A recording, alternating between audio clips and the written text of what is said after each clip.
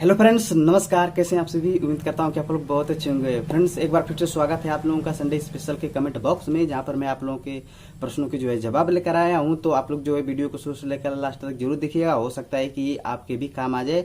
और इस वीडियो में फ्रेंड्स मैं बहुत इंपॉर्टेंट टॉपिक पर जानकारी लेकर आया हूँ। तो वीडियो को शुरू से लेकर लास्ट तक आप जरूर देखिएगा, क्योंकि मैं उम्मीद करता हूँ कि जब आप शुरू से लास्ट तक देखेंगे तो आप लोगों के भी ये काम की वीडियो हो सकती है। तो चलिए फ्रेंड्स, वीडियो को शुरू करते हैं। और इंस्टाग्राम पे यदि फॉलो नहीं किए तो नीचे यूजर नेम आ रहा है, आप लोग इंस्टाग्राम पर भी जाकर के हमें फॉलो कर सकते हैं। तो चलिए वीडियो को शुरू करते हैं। तो फ्रेंड्स, सबसे पहले जो कमेंट मैंने शामिल किया है वो शामिल किया प्रकाश पंत का। ये पूछते हैं कि नया शटर लगवाना है जिसकी हाइट 10 फीट है तथा चौड़ाई 11 फीट 2 इंची है, क्या बिना गियर के बन सकता है या फिर गियर लगवाना पड़ेगा? देखिए, जिस हिसाब से आपका लंबाई चौड़ाई है उस हिसाब से तो मान लीजिए अभी आप गियर शटर बनाएं तो ही बेस्ट होगा। हालांकि वैसे रोलिंग शटर भी बेस्ट होता है, क्योंकि जब हम लोग किसी का भी क्लाइंट का बनाते हैं, चाहे 11 फीट हो 12 फीट हो, चाहे जितना भी साइज का बड़ा हो, तो जिस हिसाब से बड़ा होता है उसी हिसाब से हम लोग उसमें स्प्रिंग भी डालते हैं, ताकि कि ज्यादा लंबाई चौड़ा रहेगी तो उसमें हम ज्यादा स्प्रिंग डालेंगे, कम रहेगी तो उसमें कम डालेंगे, ताकि उठाने बैठाने में कोई दिक्कत ना हो। लेकिन हाँ, यदि आपकी लंबाई चौड़ाई इस हिसाब से 10 फीट और 11 फीट है तो मैं आपको सजेशन दूंगा कि आप गियर शटर बनवा लीजिए, आपको बेस्ट रहेगा। नेक्स्ट कमेंट करते हैं रुस्तम अंसारी। ये पूछते हैं कि भाई स्टील का काम करते हैं तो ड्रिल के लिए कौन कौन सी बीट लगती है? तो मैं अभी आपको दिखाता हूं रुस्तम भाई। इनका 2 प्रश्न है, तो पहले प्रश्न का मैं आपको जवाब देता हूं। देखिए, हमारे पास कुछ यहाँ पर है ड्रिल, मैं आपको अभी दिखाता हूँ। फ्रेंड्स, अगर सपोज दैट अगर हमें इस पाइप को जाम करनी है, ये 2 इंची के स्टील में इसे 2 इंची की पाइप बोली जाती है। तो फ्रेंड्स, अगर इसको जाम करना है तो इस पाइप को जाम करने के लिए 2 इंची के पाइप को फ्रेंड्स इस बीट का प्रयोग किया जाता है, जो आप लोग देख सकते हैं। फ्रेंड्स, ये ग्राइंडर में लगा करके हम लोग किसी दीवार में जब घुमा करके जब इसमें छेद करते हैं तो ये वाला पाइप उसमें पड़ जाता है। उस हिसाब से हम थोड़ा बहुत इधर उधर घुमा करके मतलब होल करते हैं। तो जब हम लोग दीवार में होल करते हैं तो पहले जब होल कर लेते हैं तो फिर इसके बाद थोड़ा सा उसकी होल को चौड़ा करने के लिए इस तरह से ग्राइंडर को घुमाते हैं ताकि चौड़ा हो जाए और उस हिसाब से ये बैठ जाए। ये तो जो बीट हो गई, ये हो गई आपकी 2 इंची के पाइप के लिए। और एक फ्रेंड्स जो 1.25 इंची की आती है, ये आप देख सकते हैं, ये पतली वाली है। तो फ्रेंड्स, इसके लिए शुरू में मैं किसका इस्तेमाल करता था, मैं आपको दिखाता हूँ। शुरू में मैं इसका इस्तेमाल करता था, इस बीट का। ये तो यूज की हुई बीट है, आप देख सकते हैं पुरानी हो चुकी है।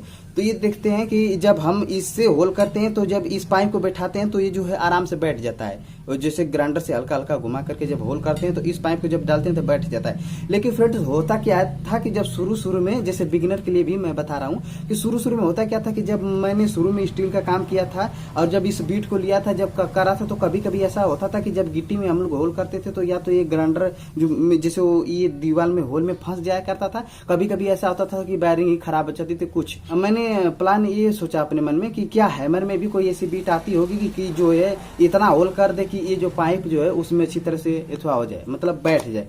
तो मैं जब मार्केट में गया इस पाइप का एक छोटा सा टुकड़ा लेकर के, तो मुझे दुकानदार ने ये बीट दिया। आप लोग देख सकते हैं, ये 6 सूत का बीट है। ये 6 सूत का बीट है फ्रेंड्स, आप लोग देख सकते हैं। इसकी मोटाई में अब करीब से दिखा देता हूँ। ये देख सकते हैं आप लोग। इससे जब होल होता है फ्रेंड्स, तो ये हैमर मशीन में होता है, तो चाहे पत्थर में आप लोग होल करें चाहे किसी में, ये होल करने के बाद ये अच्छी तरह से बैठ जाता है और किसी भी प्रकार की कोई दिक्कत नहीं होती और होल स्मूथली हो जाता है फ्रेंड। तो मैं आप लोगों को ये सजेशन दूंगा कि शुरू में जब आप स्टील का काम कर रहे हैं ना, तो हैमर मशीन ले लीजिए और ये 6 सूत का बीट ले लीजिए इसको बैठाने के लिए। और जो ये वाला है, जो 1.5 इंची वाला पाइप, उसका तो मैंने आपको दिखाई दिया कि उसमें कौन सा बीट लगता है। तो एक प्रश्न आपका और भी है, ये है कि जैसे कि स्टील का काम करने के लिए कौन कौन सी मशीन की आवश्यकता होगी, जैसे ड्रिल के लिए कौन कौन सी मशीन की आवश्यकता होगी। तो आप लोग हैमर मशीन का प्रयोग कर सकते हैं और ग्राइंडर का भी प्रयोग कर सकते हैं।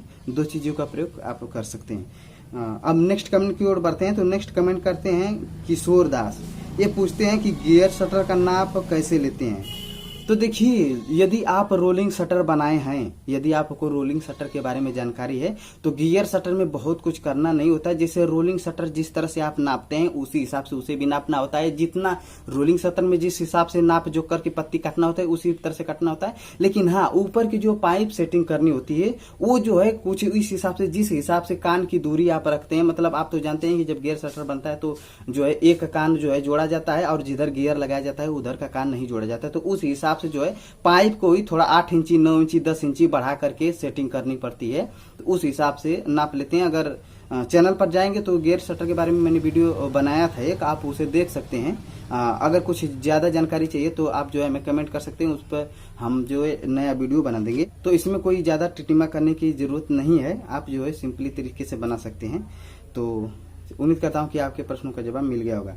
नेक्स्ट कमेंट करते हैं शोभनाथ राठौर। ये पूछते हैं कि भाई शटर का काम सीखना है, सिखा सकते हो क्या?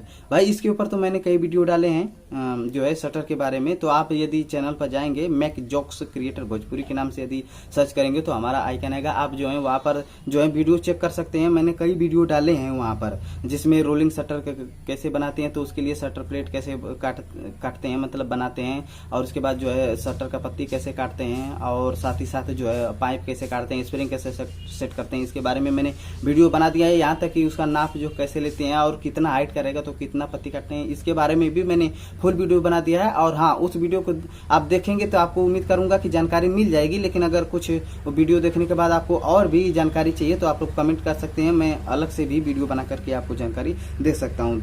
तो उम्मीद करता हूँ कि आपको भी आपके प्रश्न का जवाब मिल गया। नेक्स्ट कमेंट करते हैं विजय कुमार। ये पूछते हैं कि 6x4 के फ्रेम में पल्ला लगाने के लिए पल्ला को कितना घटाना पड़ेगा?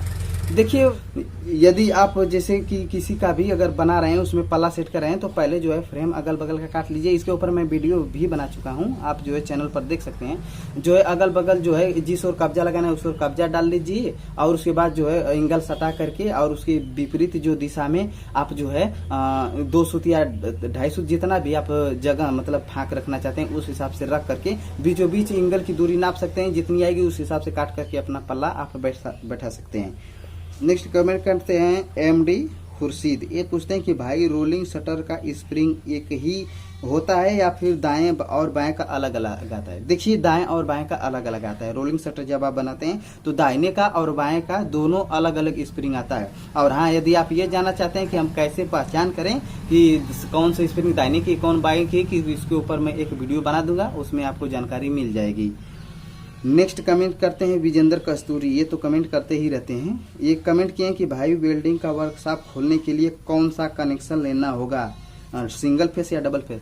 देखिए, सिंगल फेस लेंगे, डबल फेस इससे मतलब नहीं है। जब भी हम लोग जैसे लाइन मंजूर कराते हैं वेल्डिंग की मशीन के लिए तो वहाँ पर कमर्शियल मंजूर होता है, तो या तो 3 किलोवाट का मंजूर होता है या तो 5 किलोवाट का मंजूर होता है। मैंने जब गया था लाइन मंजूर कराने के लिए तो वहाँ पर जब बात की थी तो मुझे जेई साहब ने कहा था कि आप वेल्डिंग का काम करते हैं तो आपको जो है 5 किलोवाट का मंजूर कराना पड़ेगा, और वो भी कमर्शियल रहेगा।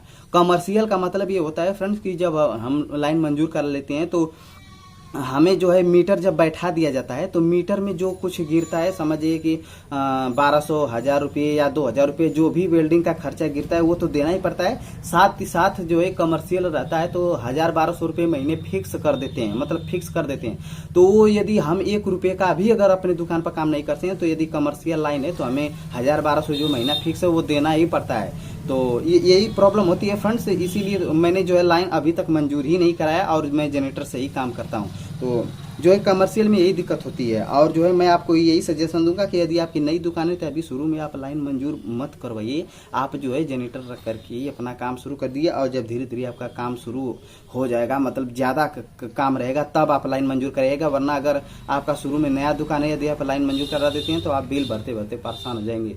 तो यही मैं सजेशन दूंगा। और हाँ, चूंकि आपका प्रश्न यही था कि सिंगल फेस और डबल फेस कौन सा कराएं, तो आप करवा सकते हैं। मतलब कमर्शियल होता है तो कमर्शियल होता है तो डबल फेस का ही मिलेगा, आपको 3 फेस मिलेगा। जैसे कि दो आपको फेस टू फेस मिलेगा और एक न्यूट्रल मिलेगा। उस हिसाब से आप लोग जोड़ करके जिसमें जो काम लेना होगा आप ले सकते हैं।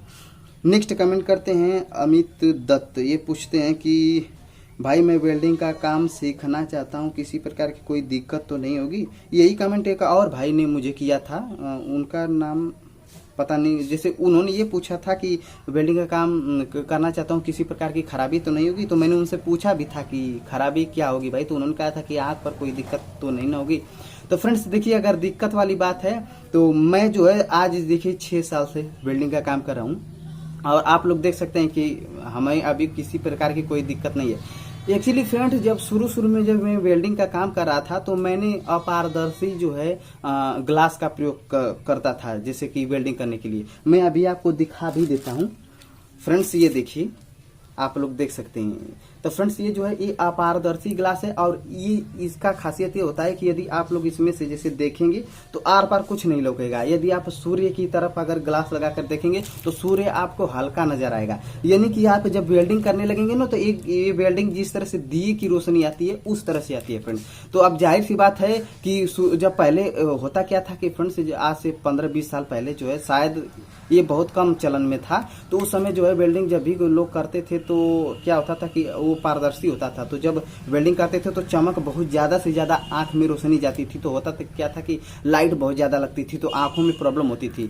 लेकिन फ्रेंड्स, जब मैं अपने पिताजी के साथ शुरू में काम करना शुरू किया तो वहीं पर मुझे इसके बारे में जो है जानकारी मिली। मैंने शुरू में देखा कि ये जो है चश्मा, मतलब ये जो है ग्लास काफी बेस्ट था। मतलब इससे जब वेल्डिंग करते थे तो आर पार नहीं दिखाई देता था, और जो पारदर्शी से करते थे तो आर पार दिखाई देता था। तो जो है मैंने क्या किया कि शुरू से ही मैंने इसी की आदत डाल ली, इसी को करने की, और आज 6 साल हो गए मैं इसी का प्रयोग करता हूं, और आज तक आंख पर किसी भी प्रकार का कोई जर नहीं गया।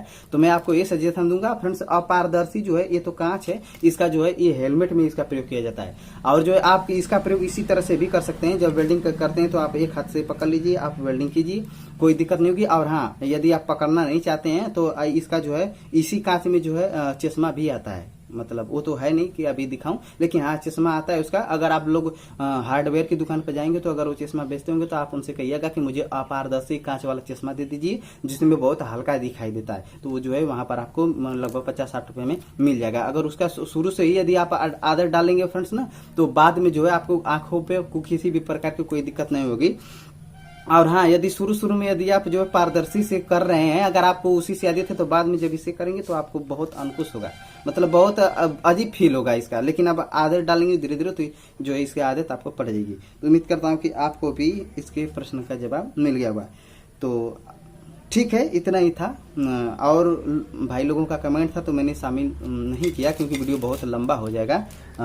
नेक्स्ट वीडियो जब आएगी तो उसमें भी मैं शामिल कर लूँगा, क्योंकि फ्रेंड्स जितने भी कमेंट थे उसका मैंने 60 में जवाब दिया। जो है उम्मीद करता हूँ कि आप लोगों के प्रश्नों के जवाब अच्छी तरह से मिल गए होंगे। अगर किसी भी प्रकार की आपकी कोई दिक्कत है तो आप लोग हमें कमेंट कर सकते हैं। तो चलिए अब मिलेंगे नेक्स्ट वीडियो में कुछ नई जानकारी के साथ, तब तक के लिए दीजिए इजाजत, नमस्कार।